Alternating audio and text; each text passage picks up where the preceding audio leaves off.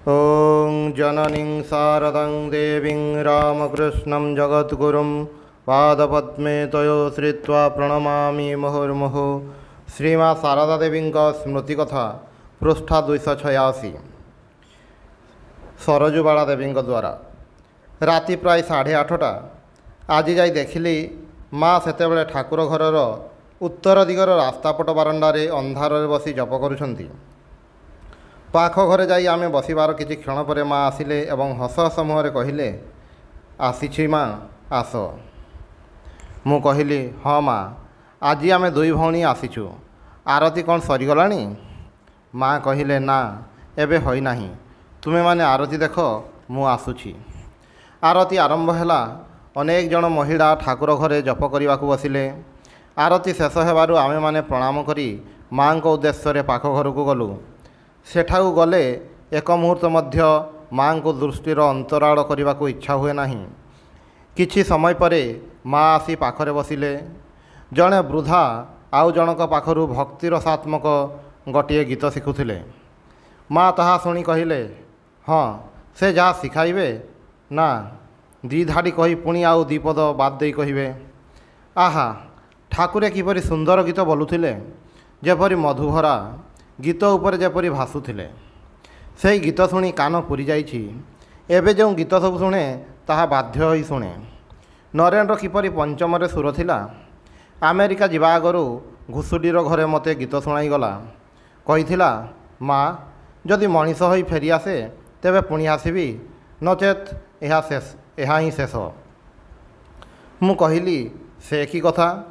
सेतेबेले कहिला, ना ना आपण आशीर्वाद शीघ्र ही आसबि। गिरीश बाबू किछि दिन पूर्वर गीत शुणाई गले। सुंदर गाउथिले। राधु सही समय आसी माँ को तांको पाखरे जाई शोइबाकु कहिबारु माँ कहिले, तू जा शोइबु। आहा एमाने केते दूररु आसिछंती, मु एमानंक पाखरे टिके बसे। राधु तथापि छाडु नाही देखि मु कहिली, अच्छा माँ चलंतु सेई घर को ही चलंतु शोइबे। माँ कहिले, तेबे तुमे माने भी आस। आमे माने मध्य गलु। माँ सही सही कथा कहिबाकु लागिले एवं मु पंखा करिबाकु लागिली। टिकिए परे माँ कहिले, एबे बेस ठंडा लागिलानी, आउ पंखा करिबा दरकार नाही। मु सेतेबेले गडरे हाथ बुलाई देबाकु लागिली। जणे वृद्धा आउ जनकु जगशास्त्रर षट्चक्र भेद और विभिन्न पद्मर बीजमंत्र आदि संबंधरे किछि कहुथिले। गोलाम माँ कहिले, से सब बीजमंत्र सेपरि भावरे कुहा जाय नाही। तथापि से कही चलिले। माँ से सब कथा शुणु शुणु सहास्य मते कहिले, ठाकुरे निज हाथ में मते कूलकुंडलिनी षट्चक्र आंकी देइथिले। मु पचारिली, से खंडिक काहीं माँ? माँ कहिले, आहा माँ एते सब जे भविष्यत रे हेबो ताहा कौन सेतेबेले जानिथिली। से खंडिक कुआड़े जे हजिगला आउ पाइली नहीं। राति प्राय 11टा हेलानी। आमे माने प्रणाम करी विदाय नेबारु माँ आशीर्वाद करी दुर्गा दुर्गा कहू कहू उठी बसिले। जीवा पूर्वरु एकांतरे आमको कहिले, देख माँ स्वामी स्त्री एकमत हेले जाई धर्म लाभ हुए। October November 1914 ख्रीष्टाब्द। आम बालीगंज बसारे फूलर अभाव नथिला। माँ फूल पाइले खूब खुशी हुंती बोली अनेक फूल जगाड़ करी नेई दिने भोरु माँ पाखक गली। देखिली माँ सेतेबेले पूजा आसन रे बसिछंती। मु फूल गुडिक सजाई देवारु खूब खुशी होई पूजारे बसिले। सेफाड़ी फूल देखि कहिले, ए फूल आनी बेस करिछ। कार्तिक मासरे सेफाड़ी फूल दे पूजा करिबाकु हुए। एथर आज पर्यंत ए फूल ठाकुरंगु दिया होई नाही। मु आज माँकर श्रीचरण पूजार फूल अलगा करी रखी नाही। सेथिबाई भाविली आज आउ बोध हुए माँ को पूजा करिबा होई पारिबो नाही।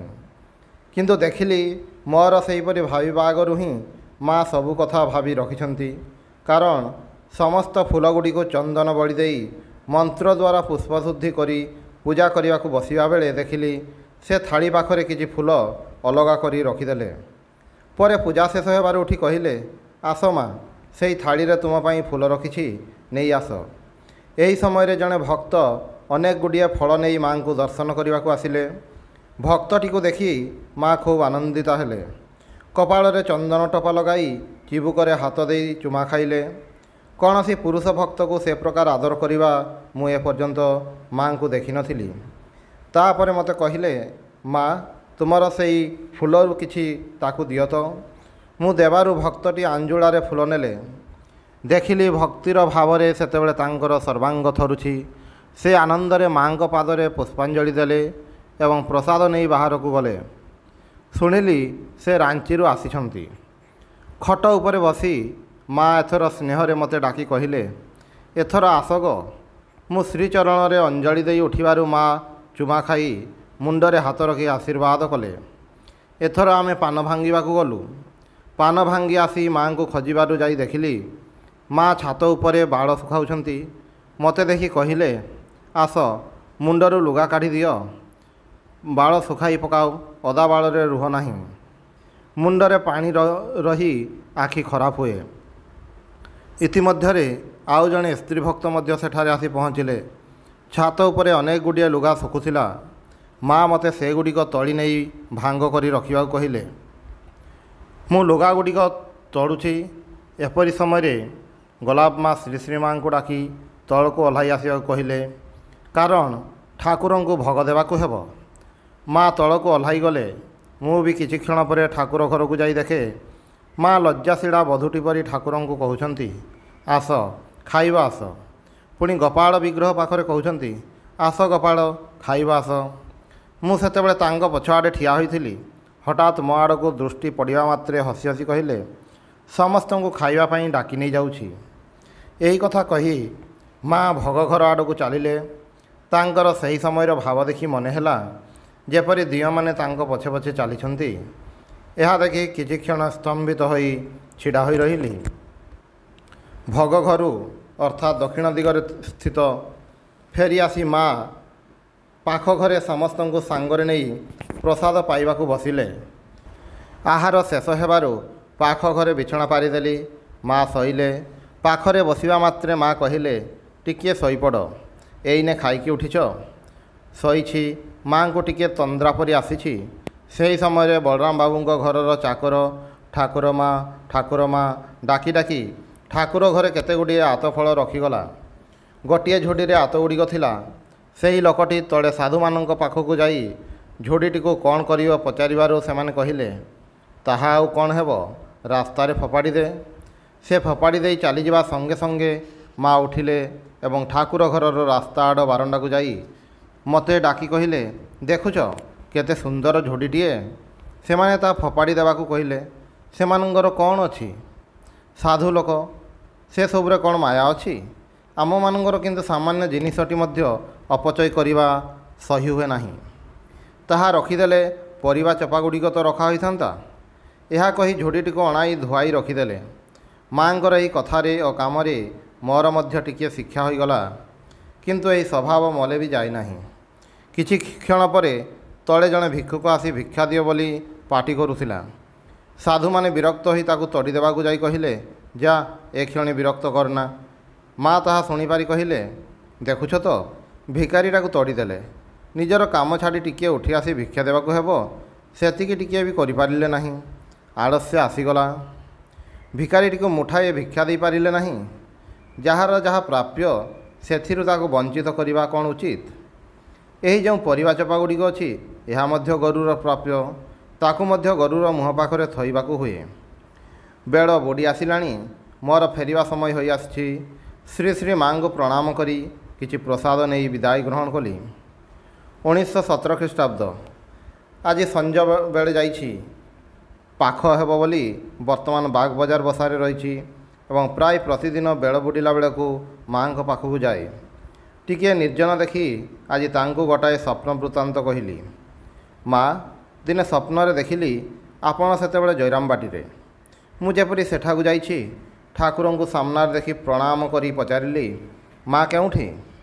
ସେ କହିଲେ, ସେହି ଗଳି ଭିତର ଦେଇ ଯାଉ, ଚାଳଘର ସାମ୍ନାରେ ପିଣ୍ଡାରେ ବସିଛନ୍ତି। ମା ଶୋଇଥିଲେ। ଉତ୍ସାହରେ ଏକାବେଳକୁ ଉଠିପଡ଼ି କହିଲେ, ଠିକ୍ ମା, ଠିକ୍ ତ ଦେଖିଛ।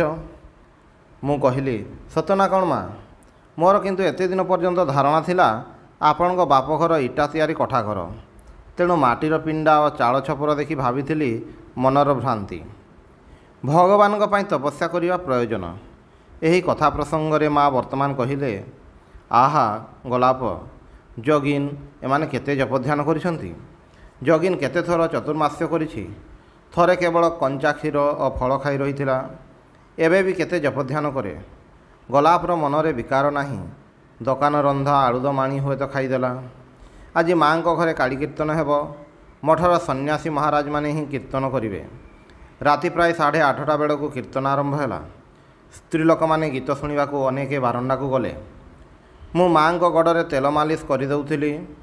ସେଠାରୁ ମଧ୍ୟ ବେଶ୍ ଶୁଣାଯାଉଥିଲା। ସେହିସବୁ ଗୀତ ଆହୁରି କେତେଥର ଶୁଣିଛି। କିନ୍ତୁ ଭକ୍ତମାନଙ୍କ କଣ୍ଠରେ ଗୀତର ଶକ୍ତି ଯେପରି ଅଲଗା। କେତେ ଭାବପୂର୍ଣ୍ଣ ବୋଧ ହେଲା। ଆଖିରେ ଲୁହ ଆସିଗଲା। ଶ୍ରୀ ଶ୍ରୀ ଠାକୁର ଯେଉଁ ସବୁ ଗୀତ ବୋଲୁଥିଲେ, ମଝିରେ ମଝିରେ ସେହି ଗୀତ ଯେତେବେଳେ ଗୋଟେ ଯୋଡ଼େ ବୋଲୁଥାନ୍ତି, ମା' ଅତି ଉତ୍ସାହର ସହିତ କହିବାକୁ ଲାଗିଲେ, ଏଇ ଗୋ ଏଇ ଗୀତଟି ଠାକୁରେ ଗାଉଥିଲେ। ତାପରେ ଯେତେବେଳେ ମଜଲ ଆମର ମନ ଭ୍ରମରା ଶ୍ୟାମାପଦ ନୀଲକମଲେ ଏହି ଗୀତଟି ଆରମ୍ଭ ହେଲା, ସେତେବେଳେ ମା' ଆଉ ସହି ରହିପାରିଲେ ନାହିଁ। ଆଖିରେ ଟପାଏ 2 ଟପା ଲୁହ ଜକେଇ ଆସିଲା। ଉଠି କହିଲେ, ଚାଲ ମା' ବାରଣ୍ଡାକୁ ଯାଇ ଶୁଣେ। କୀର୍ତ୍ତନ ଶେଷ ହେବା ପରେ ମା'ଙ୍କୁ ପ୍ରଣାମ କରି ବସାକୁ ଫେରିଲି। ଓଁ ନିରଞ୍ଜନମ ନିତ୍ୟମନନ୍ତ ରୂପମ୍ ଭକ୍ତାନୁକମ୍ପାଧିତ ବିଗ୍ରହଂ ବୈ ଈଶାବତାରଂ ପରମେଶମିଡ୍ୟଂ ତ୍ୱଂ ରାମକୃଷ୍ଣଂ ଶିରସା ନମାମି।